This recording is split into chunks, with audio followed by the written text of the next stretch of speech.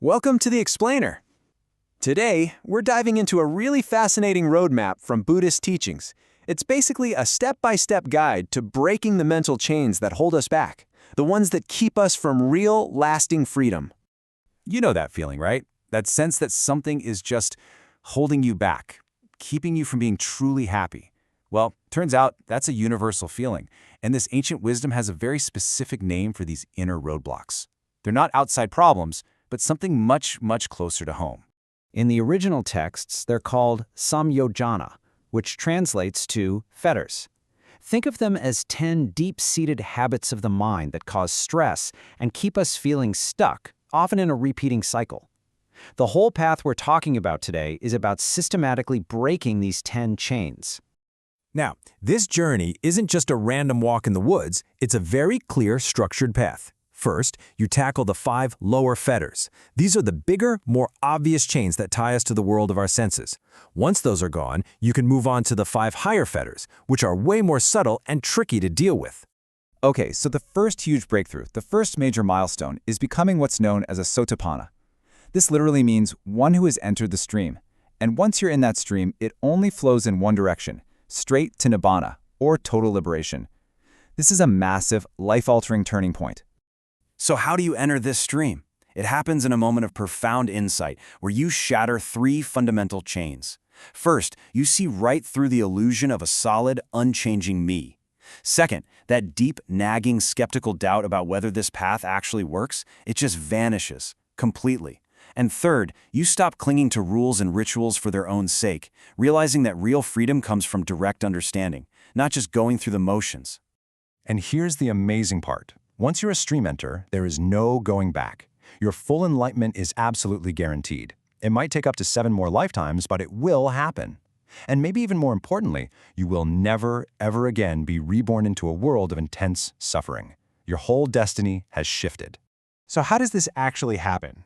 It's not a slow, gradual thing. It's described as happening in an instant. You have the path moment. Think of it like a flash of lightning that instantly cuts the chains, and that is immediately followed by the fruit moment, where you experience the freedom that comes from those chains being gone. It's a single powerful cause and effect event. All right, now after the stream enterer, there is another stage, but for our purposes, we're going to jump ahead to the next major milestone.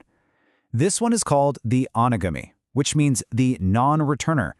And yeah, the name tells you pretty much everything you need to know about what a huge leap this is. So the anagami breaks 2 more incredibly powerful chains.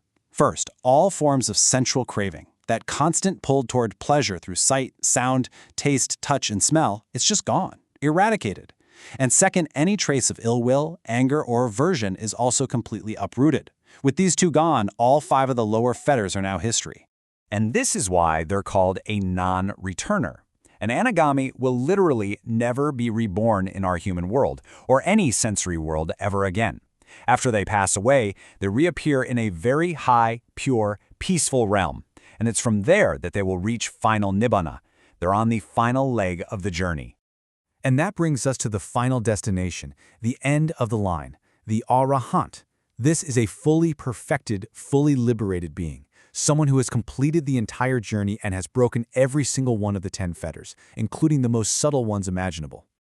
These last 5 chains are incredibly subtle. We're talking about attachment to even blissful states of deep meditation. We're talking about that very last subtle flicker of conceit, or the feeling of I am, even the tiniest bit of mental restlessness. And finally, the big one, the root of everything, ignorance, the fundamental misunderstanding of how reality works. The arahant wipes them all out and achieves total freedom. You know, this chart really sums it up perfectly. Everyone who's still on the path from the stream enterer all the way to the non-returner is called a sekka. That means they're a learner, someone still in training.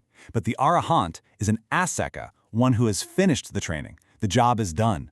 There's nothing more for them to learn or do for their own liberation. So what is this ultimate goal, nibbana? The word itself literally means extinguishment, or to blow out, like a candle flame.